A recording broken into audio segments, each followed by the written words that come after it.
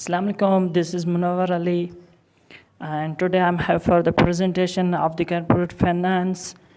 And the topic of the presentation is the credit and inventory management. The presentation that has been given to the Sir Mukhtar Ari. And I'm from BP17 and my roll number is 031. So first of all, the credit, the ability of a customer to obtain goods and services before payment based on the trust that payment will be made in the future. Basically ये एक process है, या इसे हम कह सकते हैं कि आप गुड्स एंड सर्विसेज जो है वो परचेज़ कर देते हैं फर्स्ट में, एंड देन पेमेंट आप फ्यूचर में करते हैं। कोई भी चीज़ हो, गुड्स हो या सर्विस हो, वो आप पहले ख़रीद कर लें एंड देन आप पेमेंट करें, तो इसे हम कहते हैं credit. Basically now the credit and receivables. Basically जब क्रेडिट एंड रिसीवेबल की बात आ जाती है तो उसमें एक ही चीज़ आती है कि जब भी हम कोई भी चीज़ क्रेडिट पे सेल करते हैं तो हमारा एक अकाउंट बनता है, अकाउंट रिसीवेबल। अब यहाँ पे दो चीज़ें और ऐड कर देता हूँ कि ऐसा भी हो सकता है कि कोई बंदा पेमेंट पहले कर दे और आप गुड्स एंड सर्विसेज बाद में उनको डिलीवर कर दें। लेकिन क्रेडिट पे जो चीज़ें होती हैं वो गुड्स एंड सर्विसेज आप डिलीवर कर दें और वो पेमेंट आपको बाद में करेगा। अब एक क्वेश्चन आता है कि why do firms grant credit, कि फर्म्स क्रेडिट पे चीज़ें क्यों देते हैं, गुड्स एंड सर्विसेज वो क्रेडिट पे क्यों सेल करते हैं? क्योंकि कैश पे तो आपका एक आपका करंट एसेट वो जल्दी में कन्वर्ट हो जाता है, तो आप क्यों क्रेडिट पे चीज़ें सेल करें? तो उसका सबसे बड़ा रीज़न ये है कि वो अपने सेल्स को इंक्रीज़ करना चाहते हैं, वो अपनी एक इमेज बनाना चाहते हैं, और जब भी उनका सेल इंक्रीज़ होगा तो उनका रेवेन्यू एंड इनकम भी इंक्रीज़ होगा।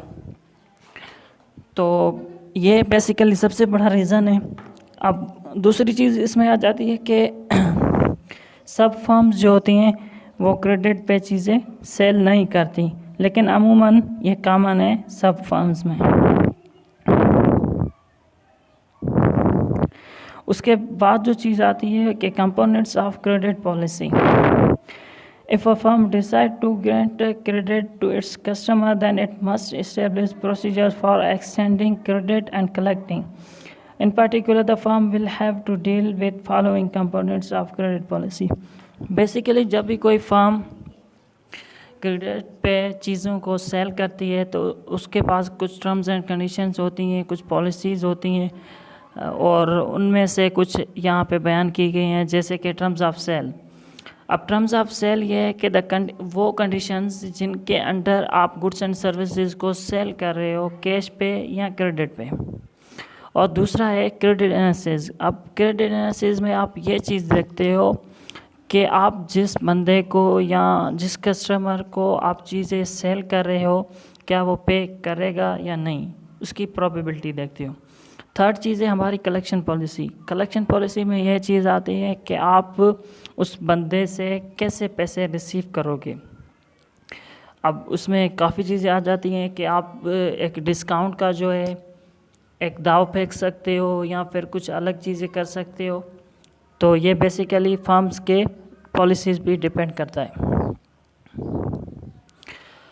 अब टर्म्स ऑफ द सेल में कुछ चीज़ें आ जाती हैं हमारी, जैसे कि क्रेडिट पीरियड। अब क्रेडिट पीरियड मतलब वो टाइम होता है जो आप किसी भी कस्टमर को देते हैं आपको पेमेंट करने के लिए कि आप भाई ये गुड्स एंड सर्विसेज ले लो और आप हमें इतने टाइम में जो है पेमेंट कर देना।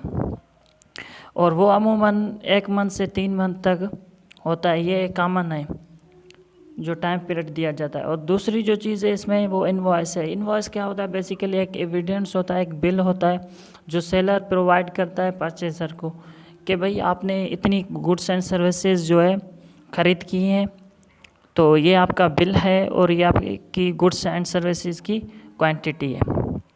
और कैश डिस्काउंट क्या होता है हमारा? वो बेसिकली आप जब कैश पे कोई भी चीज़ गुड्स एंड सर्विसेज खरीद करते हो तो उसके ऊपर कुछ डिस्काउंट दिया जाता है, तो उससे कहते हैं हम कैश डिस्काउंट, जो क्रेडिट पे शायद अवेलेबल ना हो। अब दूसरी चीज़ जो है हमारे टॉपिक का जो सेकंड मेन टॉपिक है वो है इन्वेंट्री। इन्वेंट्री बेसिकली क्या होती है, एक मतलब सारे हमारी प्रॉपर्टी गुड्स जो स्टॉक हमारा होता है, अब उसमें हमारे रॉ मटेरियल्स भी आ गए, हमारे फिनिश गुड्स भी आ गए, हमारे वर्क इन प्रोसेस भी आ गया, ये सारे मतलब एसेट जो करंट एसेट अवेलेबल होते हैं हमारे कंपनी में, हमारे इंटरप्राइजेज में या बिजनेस में, तो उसे हम कहते हैं इन्वेंट्री। अब उसमें जो कॉमन है वो हमारे गुड्स हैं, ठीक है। अब दूसरी चीज़ ये है कि हमारे गुड्स ये क्यों होते हैं या इन्वेंट्री ये क्यों होती है। बेसिकली इन्वेंट्री सबसे जो मेन चीज़ होती है वो इन्वेंट्री होती है किसी भी फर्म के लिए या किसी भी ऑर्गेनाइजेशन के लिए, और उनका जो सबसे मेन रीज़न होता है कि profit maximisation, to generate profit, और वो जो उनके प्रॉफिट जनरेट होता है वो गुड्स एंड सर्विसेज से ही होता है, उनकी इन्वेंट्री से ही होता है। अब एक क्वेश्चन आता है कि इन्वेंट्री को कैसे मैनेज करें। तो इन्वेंट्री को मैनेज करने से मुराद है कि आप अपने रॉ मटेरियल्स, अपने फिनिश गुड्स को, अपने वर्क इन प्रोसेस को इस तरह से यूटिलाइज़ करें कि कोई भी चीज़ वेस्ट ना हो और आपकी सारी चीज़ें जो है फिनिश गुड्स में सही तरीके से कन्वर्ट हो जाएं और आप उनको सही से जो है ना मैनेज कर पाएँ। जैसे कोई भी चीज़ आपके पास रिसोर्सेज कम है, आप कम कॉस्ट लगाएं या ऐसे लेबर लगाएं, कोई भी तरीका अपनाएं, मतलब मैनेज करें अपनी इन्वेंट्री को इस तरीके से कि आपको ज़्यादा से ज़्यादा प्रॉफिट हो, मैक्सिमाइजेशन ऑफ दी प्रॉफिट।